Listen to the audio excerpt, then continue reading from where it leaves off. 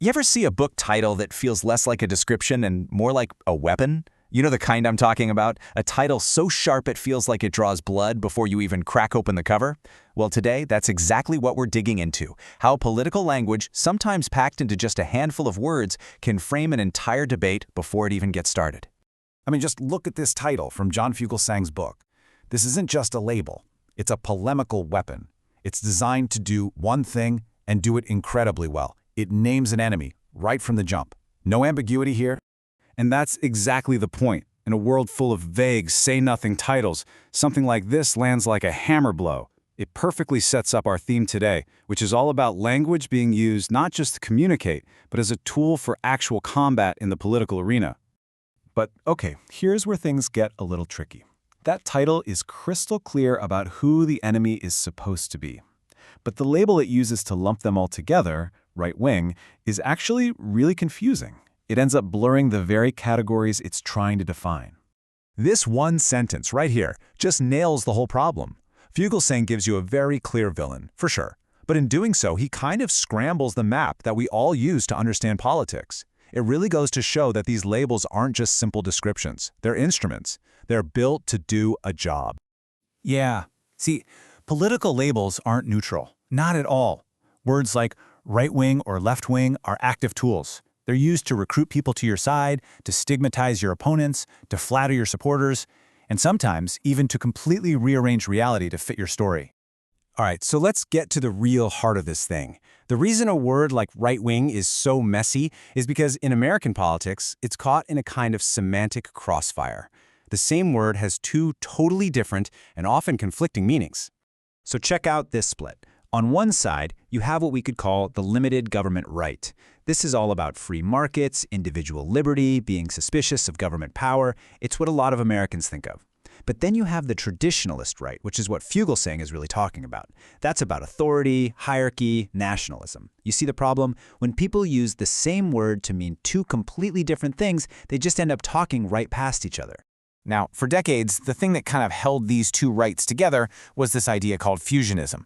You can think of it as this fragile intellectual glue, a peace treaty, really, between the libertarians and the traditionalists.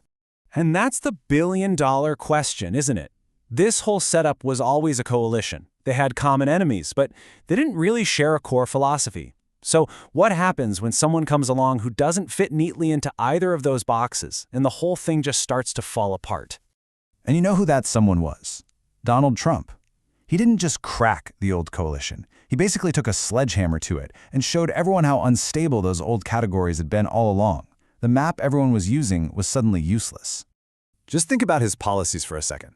Tariffs, industrial policy, huge government spending. These things are in direct opposition to that old free market, limited government playbook. He just doesn't fit that mold at all. So, if his policies are so at odds with a major definition of the right, why is he still almost universally called right-wing? Well, the answer isn't about some deep philosophical consistency. It's about strategy. Pure and simple. Let's break down the play here. Step 1. You group all these very different fractions, Trump, Christian nationalists, old-school conservatives, all under one banner. Step 2. This creates a much simpler, cleaner villain class. It's rhetorically useful. And step 3, it conveniently lets opponents on the left distance themselves from any of Trump's populist ideas, like tariffs, that might seem a little too familiar to their own history. So, what's the big deal? What's the cost of all this? Well, the price we pay for this kind of rhetorical efficiency is just widespread confusion. We're choosing combat over clarity, and it's making it nearly impossible to understand what's actually going on. This quote just nails it. We're collapsing all these wildly different philosophies into one big tent. The person who wants a tiny government is suddenly in the same category as the person who wants to use state power to enforce a specific moral code. They might be in the same party, but their core beliefs are worlds apart. And in the end, that's really the main takeaway here. What works on a book cover or in a cable news shouting match doesn't always help us think more clearly. Blurring these categories is incredibly powerful as a rhetorical tool, but it comes at the huge cost of real understanding. And this is the bottom line. Getting our categories right, really understanding what these words mean and how they're being used, that's not just some academic game. In a political world this heated, it is a fundamental part of keeping our public conversations sane. So the next time you're reading an article or watching the news, ask yourself this one question.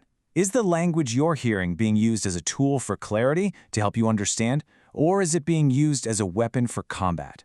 The answer to that question will tell you pretty much everything you need to know.